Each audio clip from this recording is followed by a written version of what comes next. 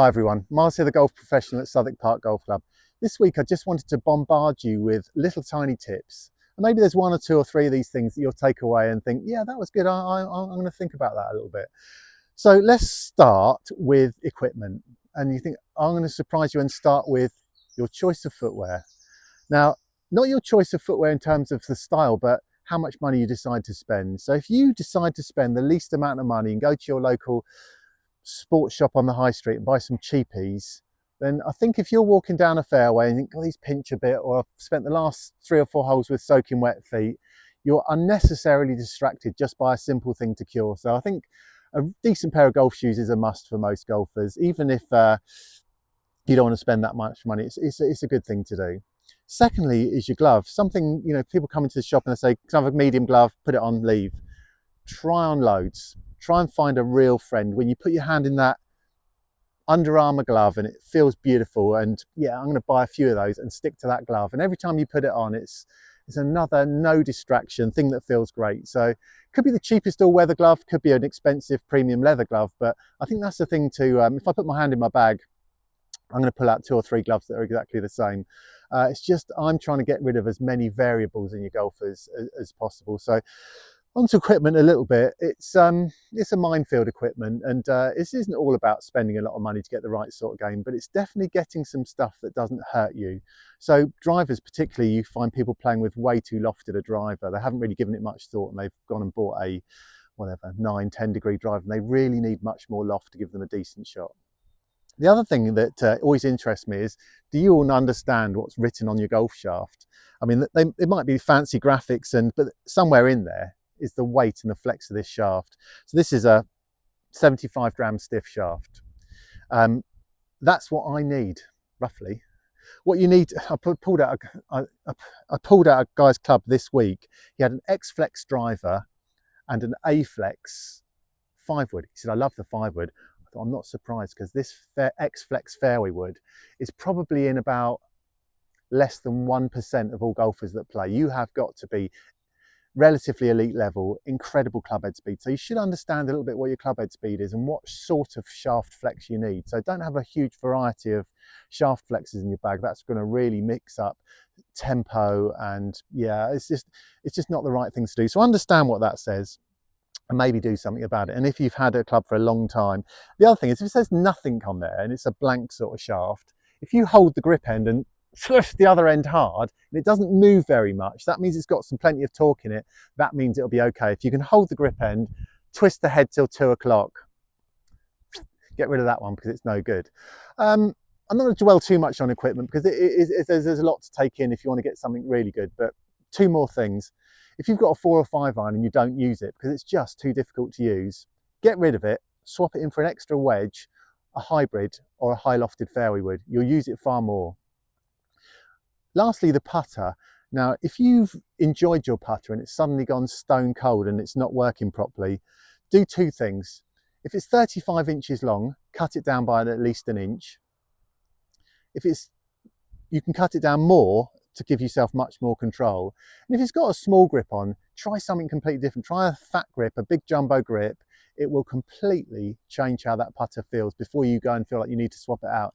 And it might become that friend again. Now, I could give you probably 100 tips on how to swing, but let me just knock off a couple of small things that you might not be thinking about.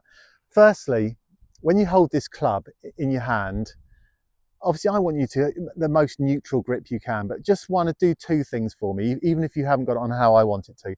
Make sure the butt of the club is not into the palm of your hand, where it moves about, where you're going to wear a glove, where you're going to find some inconsistency. And try for nearly everyone to lighten your grip. That grip pressure is very vital to good golf, and under pressure, pushing down with thumbs tightens forearms. If you just push down with your left thumb and then relax it and feel the difference in your forearm, you'll be surprised. So let's lighten that a little bit. So there's lots of things to think about in terms of making good swings, but one of the first things you can do is cure all the variables before you hit. So one thing you need to really concentrate on is your pre-hit routine, and have you got all of that right? And that is aim of the club, grip, ball position, stance and alignment, posture. So you need to cycle through that. I know I've talked about that in other videos, but you need that one again. Okay, pet hate of mine, practice swing. What exactly are you practicing to do? Make your practice swings one of two things. The swing you're about to use, or maybe you want to practice a little key position. Don't do a wafty in the air. Just don't do it. It's not worth it, is it? Right, so that's that. I'm just going to hit you with a couple of important, just before we go away from back to equipment quickly, two more little things. Put your hand in your bag and bring out the same ball. Don't bring out a top flight, then a Pro V1. The two things react totally different. They chip and putt at the polar ends of the scale. And if you're a Castle tee guy who wants a pink tee every time for your driver, have a few other tees in your bag as well, because sometimes you need to tee it up and tee it down into the wind and downwind a little bit. So that's that little bit. Okay, mental stuff. Mental stuff. That's probably the key to this whole thing, isn't it? Did you play elite level junior golf?